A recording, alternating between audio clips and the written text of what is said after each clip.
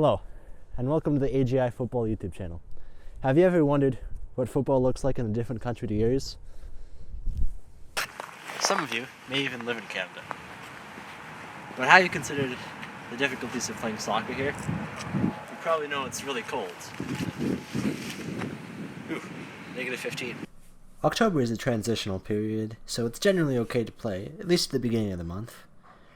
Then it's usually too cold in November, too cold in December, too cold in January, too cold in February, too cold in March, and in April the weather warms up, but it's still cold.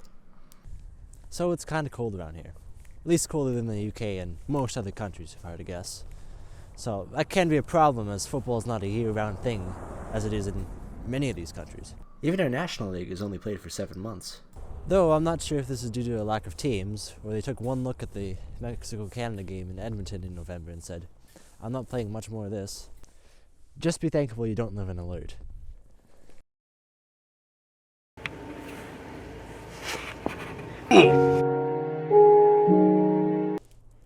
There's also another thing you have to consider when playing in the Canadian Premier League. Distance. Now you might know that Canada is the second largest country in the world. What does that mean for the distance between clubs? Well, the longest distance between clubs is from Pacific FC, located in Langford, BC, to HFX Wanderers in Halifax, which is a distance of 4,498 kilometers. To put that into perspective, there's less distance to cover if you travel from Halifax to the UK. Here's a short montage of more places that are at a shorter distance apart than the distance between these two clubs.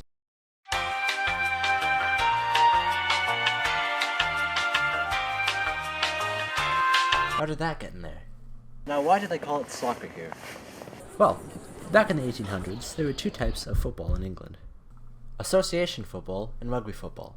But the students of the University of Oxford met up and came up with a nickname for the former. I came up with a great name: soccer. Superb. Awesome. Brilliant. Wow, so cool. It combined sock from association and from, well, I don't really know. I guess they just tacked that one on at the end. And since Canada and the US had already developed their own versions of football, they just adopted soccer instead. So technically, this is on you, British people. Anyways, history lesson is over. Now I'm going to try these new teleportation powers. Okay, we're here. You know what bothers me about Canadian soccer the most, though? That thing. Why is that ugly thing yellow? I mean, there's only supposed to be one color of goalpost, white. So how on earth did they decide that thing should be yellow? And what's that triangular thing up there anyways? What is it good for? Nothing. Nothing. And why is it so narrow too? It's like a 4x3 YouTube video. Why did you have to do this to me in elementary school? Why? Whoa. Andy, what Andy, happened? Andy. Oh my god. You can't mess with teleportation like that. Not right now anyways. You're gonna have to wait another 20 years until a study comes out detailing what destruction, havoc it can cause by doing this. Written by you, of course. You're Andy from the future. Yes. Now go on then. Get back to your scene. I gotta ask. No more ranting. This is Have West West Ham Ham won a won a league yet? No. Okay, now off you go. You see, kids, this is why you have to use proper and respectful teleportation etiquette. Otherwise, West Ham might not win the league. And I might have not shrunken in size. If only I knew. Even though we haven't qualified for a World Cup since 1986, there are still some football fans here. In recent years, there's been a noticeable growth in the popularity of the sport. Hopefully, if we qualify for the 2022 World Cup, there will be even more people playing the beautiful game. Still, if I asked someone which Premier League team they support, they would say, I'm Billy Bob. I'm a Man United fan. Can you name any of their players? Can I name any players? And that's a good question.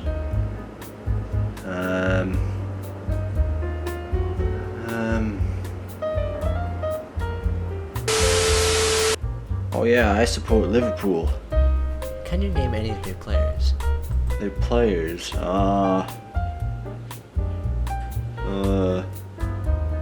they have David Beckham, yeah, and Wayne Rooney.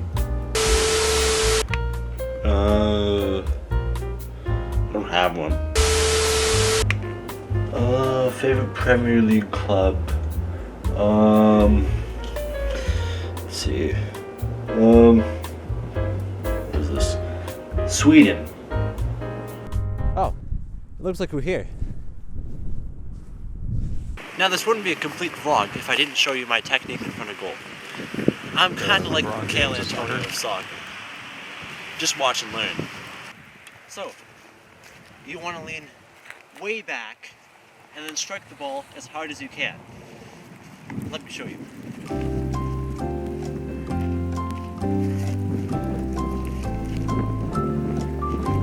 I can't even feel my fingers anymore.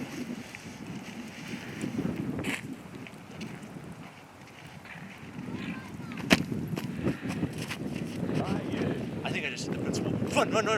Run! Ah, okay. Now that we're back at the studio, a ball down, I want to take up last week's Quiz of the Week results.